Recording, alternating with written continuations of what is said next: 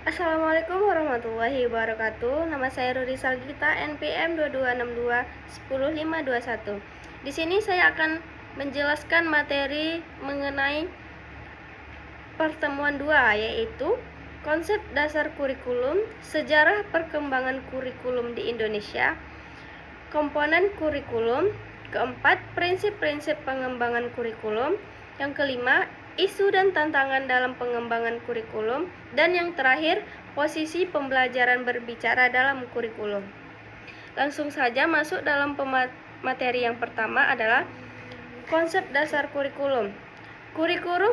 Kurikulum adalah seperangkat rencana dan pengaturan mengenai tujuan, isi, bahan ajar, serta cara yang digunakan sebagai pedoman penyelenggara pembelajaran dalam mata kuliah Bahasa Indonesia.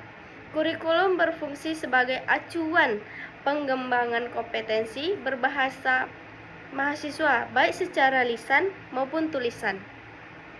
Yang kedua, ada sejarah perkembangan kurikulum di Indonesia.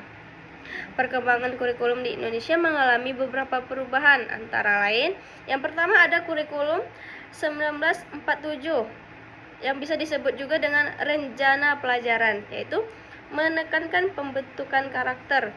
Yang kedua, kurikulum 1968, yaitu berorientasi pada isi pelajaran. Yang ketiga, ada kurikulum 1975 dan 1984, yaitu menekankan tujuan instruksional. Yang keempat, kurikulum 1994, yaitu memadukan isi dan proses. Yang kelima, ada kurikulum berbasis kompetensi, yaitu 2004, fokus pada kompetensi. Yang kelima, ada KTSP atau 2006, memberikan otonomi pada satuan pendidikan. Yang ketujuh, ada kurikulum K13 atau kurikulum 2013, yaitu menekankan kompetensi sikap, pengetahuan, dan keterampilan. Dan yang terakhir ada kurikulum merdeka, yaitu menekankan pembelajaran yang fleksibel, kontekstual, dan berpusat pada peserta didik, yaitu kurikulum yang sedang kita pakai sekarang. Yang ketiga, ada komponen kurikulum. Komponen utama kurikulum meliputi yang pertama ada tujuan. Tujuan itu adalah kompetensi yang ingin dicapai peserta didik. Yang kedua ada isi dan materi, yaitu bahan ajar yang disampaikan. Yang ketiga ada metode atau strategi pembelajaran yang akan kita pakai, yaitu cara penyampaian materi di dalam kelas. Yang keempat ada media dan sumber belajar, yaitu alat pendukung pembelajaran seperti papan tulis, PPT, proyektor, laptop, dan sebagainya. Dan yang kelima ada evaluasi, yaitu penilaian hasil belajar. Yaitu evaluasi ini adalah nilai akhir dari mahasiswa, yaitu menilai hasil belajar siswa tersebut, apakah tujuan dan metode ini sesuai dengan yang kita capai. Seperti itu. Dan yang keempat ada prinsip-prinsip pengembangan kurikulum, yaitu pengembangan kurikulum harus memperhatikan prinsip. Yang pertama, relevansi dengan kebutuhan peserta didik dan masyarakat. Yang kedua, harus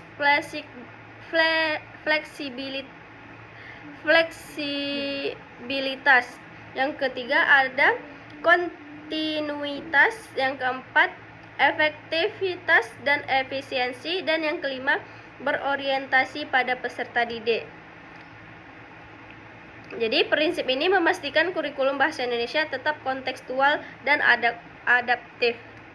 Yang kelima, isu dan tantangan dalam pengembangan kurikulum.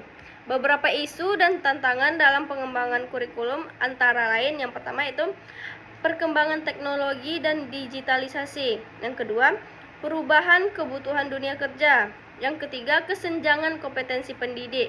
Yang keempat, implementasi kurikulum yang belum merata. Dan yang kelima adalah tantangan literasi dan kemampuan komunikasi peserta didik.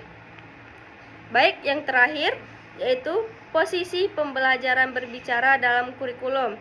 Yaitu pertama, yaitu pembelajaran berbicara memiliki posisi penting dalam kurikulum bahasa Indonesia karena merupakan keterampilan berbahasa produktif. Keterampilan berbicara mendukung kemampuan komunikasi akademik seperti presentasi, diskusi, dan argumentasi. Oleh karena itu, pembelajaran berbicara harus diajarkan secara terencana, berkelanjutan, dan berbasis praktik. Jadi, pembelajaran berbicara ini sangat penting di kehidupan kita supaya bisa berkomunikasi dengan aktif, produktif, seperti kita melakukan presentasi, diskusi kelompok, dan berargumen kepada orang lain. Baik, sekian pertemuan 2 yang saya sampaikan. Terima kasih.